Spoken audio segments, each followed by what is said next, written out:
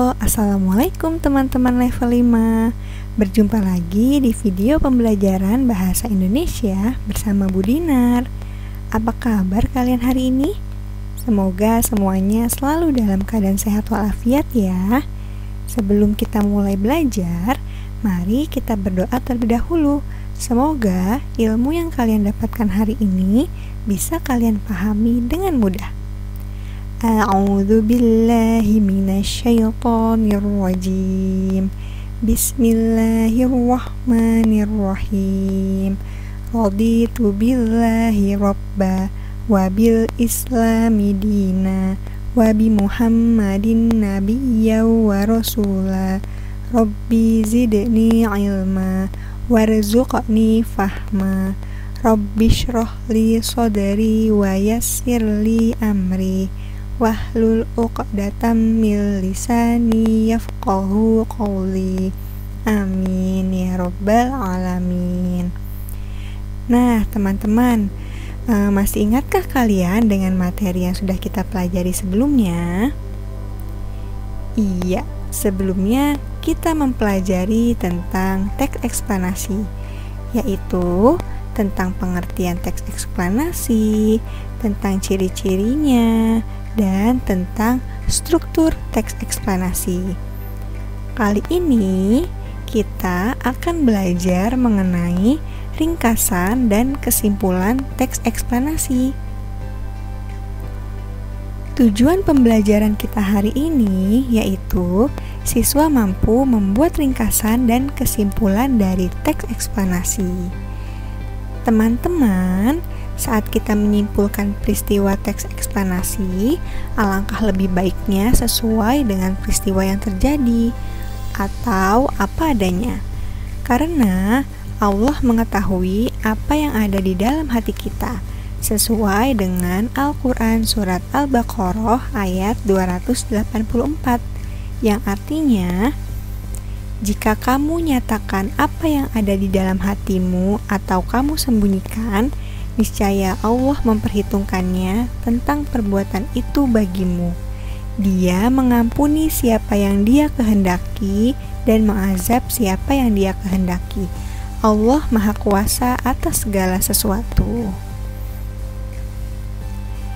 Baik, teman-teman semua, sebelum kita mempelajari tentang ringkasan dan kesimpulan, kita akan mempelajari terlebih dahulu mengenai peta pikiran. Peta pikiran umumnya memuat ide pokok teks yang diperjelas lagi dengan beberapa kalimat penjelas dan informasi penting teks lainnya. Peta pikiran disajikan dengan cara yang kreatif dan menarik untuk memudahkan seseorang memahami isi teks. Ide pokok dan informasi penting pada teks dalam peta pikiran disajikan dalam bentuk poin-poin atau kunci. Ya, ide pokok ini sama dengan gagasan pokok ya. Kamu telah mempelajari cara-cara untuk memahami teks eksplanasi seperti mencari kata-kata kunci dan juga menjawab pertanyaan berkaitan dengan teks eksplanasi di pertemuan sebelumnya. Nah, selanjutnya kamu akan membuat ringkasan dan kesimpulan dari teks eksplanasi. Berikut hal-hal yang perlu diperhatikan dalam membuat ringkasan. Yang pertama, bacalah teks dengan saksama. Yang kedua, tentukan ide pokok dari masing-masing paragraf dalam bacaan. Jadi, apabila pada teks terdapat 2 paragraf, berarti kalian harus menentukan 2 ide pokok. Atau, kalau pada teks ada 3 paragraf, berarti kalian harus menentukan 3 ide pokok. Begitupun seterusnya. Lalu, langkah yang ketiga, ubahlah ide pokok menjadi kalimat efektif dengan bahasamu sendiri. Yang keempat, setelah menentukan ide pokok, rangkailah kalimat-kalimat tersebut sehingga menjadi paragraf yang padu dan mudah dipahami.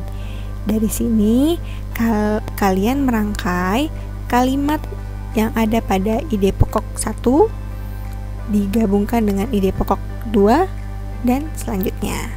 Seperti itu ya. Langkah yang kelima yang perlu diperhatikan yaitu pastikan kamu menggunakan kosakata baku dan ejaan yang sesuai dengan Pedoman Umum Ejaan Bahasa Indonesia atau PUEBI. Ya, setelah membuat ringkasan, kamu dapat membuat kesimpulan. Kesimpulan teks dapat dibuat setelah membaca dan memahami isi teks secara keseluruhan. Kesimpulan merupakan pendapat terakhir yang mengandung informasi berdasarkan uraian sebelumnya. Kesimpulan dibuat agar informasi yang diperoleh dapat mudah diingat. Caranya dengan mencatat informasi penting dalam teks. Nah, informasi penting dalam teks ini bisa dicari dengan membaca tadi ya, dari awal sampai akhir. Dan bukan hanya satu saja informasi penting yang bisa kalian tuliskan. Informasi penting ini bisa kita dapatkan lebih dari satu, karena di setiap paragraf pasti ada informasi penting.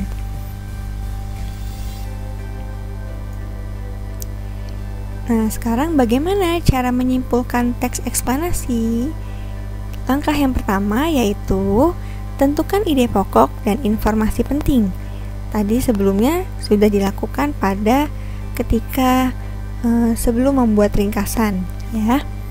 Lalu tuliskan semua ide pokok, dan langkah yang ketiga berikan tanggapan berkaitan dengan ide pokok tersebut. Sekarang perhatikan teks berikut. Di sini Bu Dinar menampilkan contoh teks yang terdiri dari satu paragraf. Bu Dinar bacakan ya. Pernahkah kamu merasakan panas tubuhmu? Tentu kamu pernah meletakkan tangan di kening ketika sedang demam. Dalam kehidupan sehari-hari, ukuran atau derajat panas atau dinginnya suatu benda atau ruang dikenal dengan istilah suhu. Permukaan tangan kita tidak dapat mengukur suhu dengan akurat. Terdapat suatu alat yang digunakan untuk mengukur suhu secara tepat dan dapat digunakan secara internasional, yaitu termometer. Termometer memiliki satuan standar, antara lain Celsius, Reaumur, Fahrenheit, dan Kelvin. Dalam kehidupan sehari-hari, kita biasanya menggunakan termometer dengan satuan Celsius. Oke. Karena teks di atas itu hanya terdapat satu paragraf, maka dari itu sekarang kita menentukan satu ide pokok. Nah, ide pokok yang dapat ditentukan dari paragraf tadi yaitu ukuran panas atau dinginnya suatu benda disebut suhu. Ini dia ide pokoknya.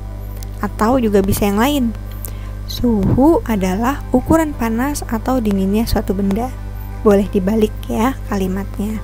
Bisa juga ide pokoknya adalah pengertian suhu. Seperti itu. Setelah kita menentukan ide pokok, yuk coba kita membuat ringkasan. Karena teksnya hanya satu paragraf, jadi ringkasannya pun bisa dibuat seringkas mungkin.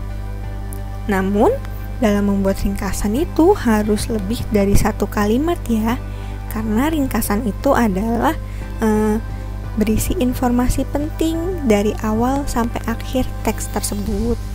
Jadi penulisan dalam membuat ringkasan pun harus dibuat dengan atau sesuai dengan paragraf, bentuk paragraf ya.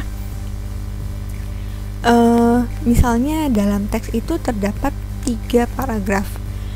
Ketika membuat ringkasan itu boleh dijadikan satu paragraf, tidak harus 3 paragraf gitu ya.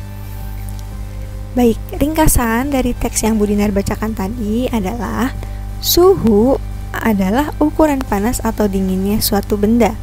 Setiap benda atau ruangan dapat diukur suhunya menggunakan termometer.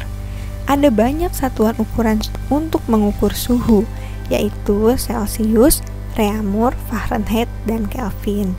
Nah, di ringkasan ini Bu Dinar membuat 3 kalimat Namun ketiga kalimat ini sudah mencakup seluruh isi atau seluruh kalimat yang ada pada paragraf di atas. Paragraf yang Budinar bacakan tadi sudah mencakup dari kalimat awal sampai kalimat akhir yang ada pada teks. Ketika kita sudah menentukan ide pokok, sudah membuat ringkasan, kita juga diminta untuk bisa membuat kesimpulan. Jadi, kesimpulan dari teks yang sudah Budinar bacakan tadi yaitu, jadi panas atau dinginnya suatu benda dinamakan suhu. Suhu dapat diukur menggunakan alat bernama termometer. Ada berbagai macam satuan ukuran termometer yang biasanya digunakan dalam kehidupan sehari-hari, tetapi satuan yang umum digunakan adalah satuan Celcius. Nah, ini dia kesimpulannya.